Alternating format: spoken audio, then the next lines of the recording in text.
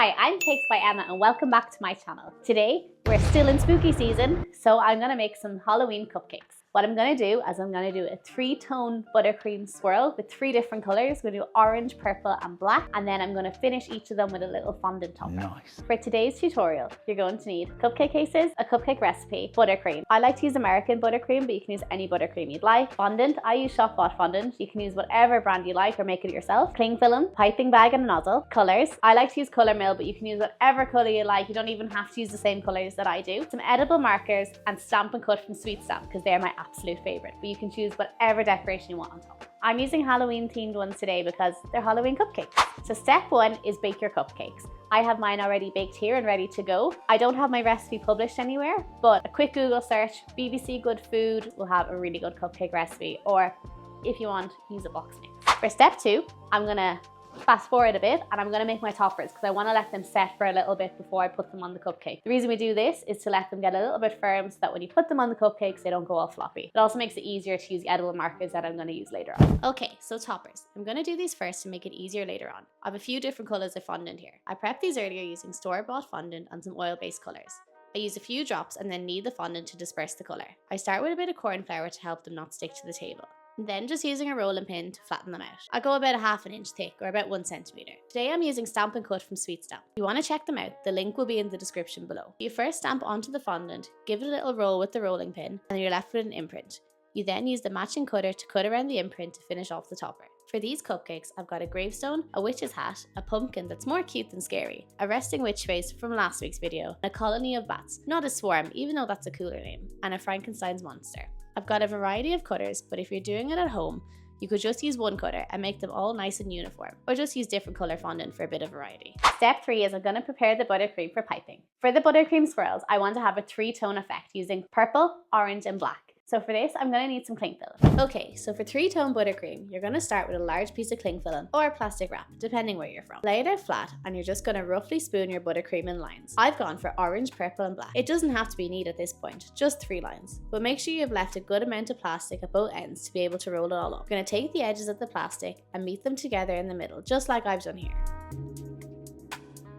Then take the end bits of the cling film that haven't got any buttercream in them and use that to roll the buttercream into a nice sausage shape. This is when you'll need your piping bag with the nozzle. Prep your piping bag by cutting off the end of it and placing the nozzle inside. You're then going to cut one end of the cling film and place the whole thing inside of the piping bag. Tighten the top of the piping bag with a few turns. This creates a bit of pressure so you can push the buttercream out of the nozzle. Have a little practice into a spare bowl just to make sure that the colors are running together. If you've made it this far, I would really appreciate it if you could drop a like on this video. You don't know how much it helps to support the channel. Step 4, piping. So I've got my buttercream ready in a piping bag and I'm going to do a buttercream swirl on each of the cupcakes. So on to the tricky part. This will take practice, but don't be disheartened. I've been practicing for years. I'll put this in slow motion for you. You want to apply even pressure all the way through. So have a nice firm grip on the piping bag, preferably at the top, and squeeze nice and consistently. You're going to start in the middle of the cupcake, and while you squeeze, do a spiral motion out to the edge of the cupcake. To finish, stop squeezing and flick your wrist in the same direction you were initially going. One more time. Start in the middle, even pressure, spiral motion to the edge of the cupcake, and stop squeezing and flick your wrist. The best thing about the 3-tone is that every cupcake is going to be different, but they all match because of the color scheme. I'll show you one more time in real time, but honestly, to get this, it's just practice, practice, practice. Step 5, the cupcakes are iced, so I'm going to move back to the toppers. So I've let these toppers set so they're nice and hard. I'm going to go take the edible markers. I'm going to finish them off to make them really nice and pretty. I'm just colouring in the toppers we made in step 1. There's not much to it. I've got edible markers from Sweet Stamp, which I'm just using to colour in the different parts. The reason I've left them to harden is that when you're using these markers and they're freshly done, it can be quite flimsy and the marker hits the edges and breaks them off. So letting them sit out to harden for just a few hours will make it so much easier to colour them in. There's not much else to this. Just use whatever colours you want to make them pretty. If you don't have edible markers, you can use gel food colouring with a paintbrush to colour them in too, or just leave them as they are.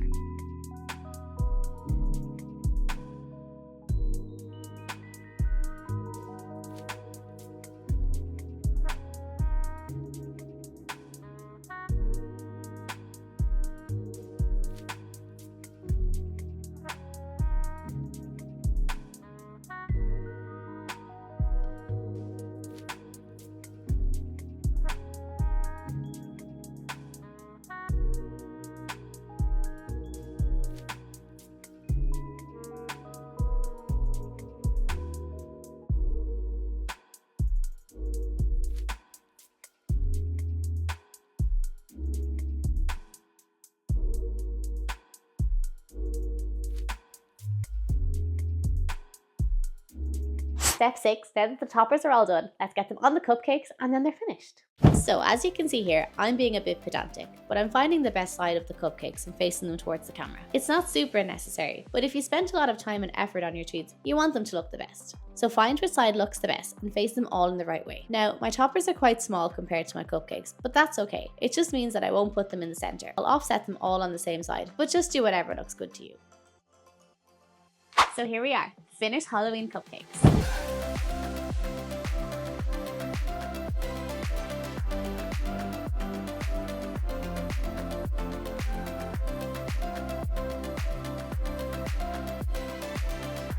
These designs are so versatile. You can do these in any color. Even if you don't have access to the fondant or the fondant cutters, you can get sprinkles from your local supermarket. You can even print off something from the internet and stick it on a cocktail stick. Yeah, the possibilities are endless, and you can even change the theme. Christmas, birthdays, whatever you'd like. Thank you so much for watching. I hope you enjoyed. If you have any requests or ideas for videos, drop them below in the comments. And if you haven't already, hit that subscribe button so you don't miss out on the next video. Once again, if you haven't already, check out my socials. They'll be linked in the description below, and we'll see you next time.